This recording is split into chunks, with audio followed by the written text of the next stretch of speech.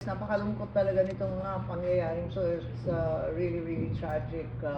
Our very young pilots who are very well trained and very brave are encountering all kinds of issues.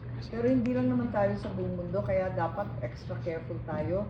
Ang pag-iiba, ang pagbabago ng klima, hindi lamang sa lupa, kundi pati sa ere. May nararamdaman ka pag lumilipad ka sa eroplano na kung minsan naiiba.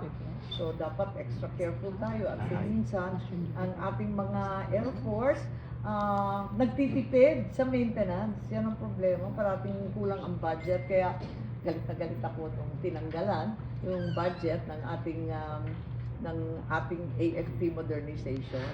Dapat tapusin na, pondohan na yung tagal na nun Horizon 1, 2, and 3. So, kinakailangan dagdagan nila yung pondo. Nag-usap kami magdadagdagan, naging 50 billion. Tapos pagdating sa BICAM, tinanggalan na naman ng 15 billion. Sabi ko, ano ba ito? Seryoso ba tayo i-modernize ang ating mga tropa o hindi? Kawawa naman yung ating mga piloto. Kasalanan na natin ito. And of course, I extend my condolences and prayers to their families, and we will do our very best to take care of them.